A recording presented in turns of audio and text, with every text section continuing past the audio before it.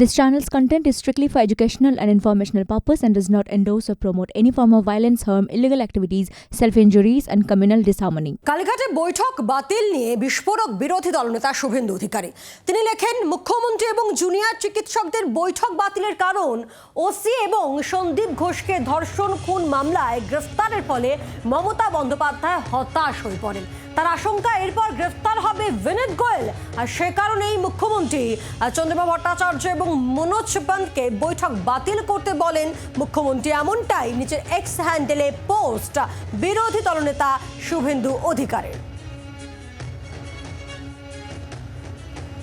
গতকাল কালীঘাটে মুখ্যমন্ত্রীর সঙ্গে বৈঠক ভেস্তে যাওয়ার কারণ হিসেবে বিস্ফোরক দাবি করেন রাজ্যের বিরোধী দলনেতা শুভেন্দু অধিকারী। তিনি তার এক্স মাধ্যমে পোস্ট করেন যে মুখ্যমন্ত্রী এবং জুনিয়র চিকিৎসকদের বৈঠক বাতিলের কারণ ওসি এবং সন্দীপ ঘোষকে ধর্ষণ খুন মামলায় গ্রেফতারের ফলে মমতা বন্দ্যোপাধ্যায় হতাশ হয়ে পড়েন। তার আশঙ্কা এরপর গ্রেফতার হবেন বিনীত গোয়েল, আর সে কারণেই মুখ্যমন্ত্রী চন্দ্রিমা ভট্টাচার্য এবং মনোজ পান্তকে বৈঠক বাতিল করতে বলেন। এমনটাই নিজের এক্স হ্যান্ডেলে পোস্ট করেন বিরোধী দলনেতা শুভেন্দু অধিকারী।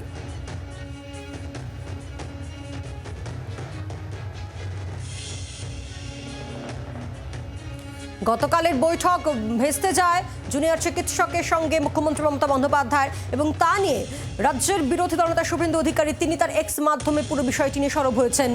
সুকান্ত মজুমদার রাজ্য বিজেপির সভাপতি এবং কেন্দ্রীয় প্রতিমন্ত্রী, তাঁর ঠিক কি বক্তব্য এই পুরো বিষয় নিয়ে শুনব। পরবর্তী সময় যখন আমরা টানাথালার ওসি এবং সন্দীপ ঘোষের গ্রেপ্তারির খবর পেলাম, তখন বুঝতে পারলাম দেরিটা কেন হয়েছে। এই দুটো খবর মাননীয় মুখ্যমন্ত্রীর কাছে আগেই পৌঁছে গেছিলো, মিডিয়ার কাছে পৌঁছানোর আগে বা আমাদের কাছে পৌঁছানোর আগে। তো স্বাভাবিকভাবে মাননীয় মুখ্যমন্ত্রী তারপরে মিটিং ক্যান্সেল করে দেন, কারণ তার মনটি ভালো ছিল না, মন ভালো ছিল না। কারণ উনি চিন্তায় পড়ে গেছিলেন যে এরপরে সিবিআইয়ের হাতটা কার দিকে এগোবে, টালা থেকে টালির দিকে এগোবে কি, এই বিষয়ে উনি চিন্তিত হয়ে গেছিলেন, তাই মিটিং ক্যান্সেল করেছেন। দ্বিতীয় কোনো কারণ আপত্তি আমি গতকালই বলেছি প্রেস কনফারেন্সে, মুখ্যমন্ত্রী বিভিন্ন প্রোগ্রাম লাইভ স্ট্রিমিং হয়। মুখ্যমন্ত্রীর সমস্যা একটাই, তিনি হচ্ছেন মেগালোম্যানিয়াক নার্সিসিস্ট, ইংরেজিতে এই শব্দগুলো আছে, ওনার জন্য উপযুক্ত। উনি লাইভে কাউকে বলতে দেবেন না, উনি একাই বলবেন। কালকে এলেন, দেখলেন হরিকথার মতো নিজেই প্রবচন দিয়ে আবার ফিরে চলে গেলেন। আমি জানি না ডাক্তারবাবু তো সেই দাবি ছিল কিনা যে ওনারা প্রবচন শুনবেন। ওনারা চেয়েছিলেন আলোচনা হোক। মাননীয় মুখ্যমন্ত্রী লাইভে অন্য কাউকে বলতে দেবেন না। এমনকি যে প্রশাসনিক বৈঠকগুলোও হয় দেখবেন, তাতে লাইভ হয়, তাতে কেউ বেশি কিছু বললে পরে সেখানে ধমকে তাকে বন্ধ করে দেন।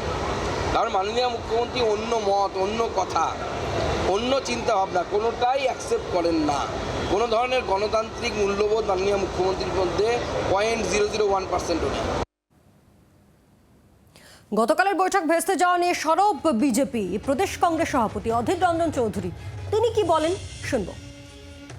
সব ঠিক চলছিল,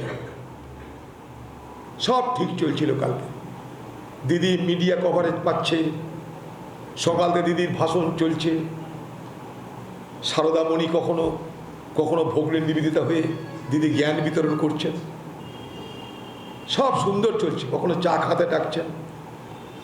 কিন্তু সব গড়বড় হয়ে গেল যখন টালা থানার ওসি আর দিদির খুবই প্রিয়, দিদির ভাই সম, খুবই কাছের, স্নেহ মমতায় জড়ানো একজন ব্যক্তিত্ব সন্দীপ ঘোষ, যে মুহূর্তে এই দুই ব্যক্তিত্ব গ্রেপ্তারের খবর দিদির কাছে পৌঁছেছে, দিদি তখন আন্দোলন ভুলে গেছে। বাংলার আওয়াজ, বাঙালির আবেগ, জি 24 ঘন্টা।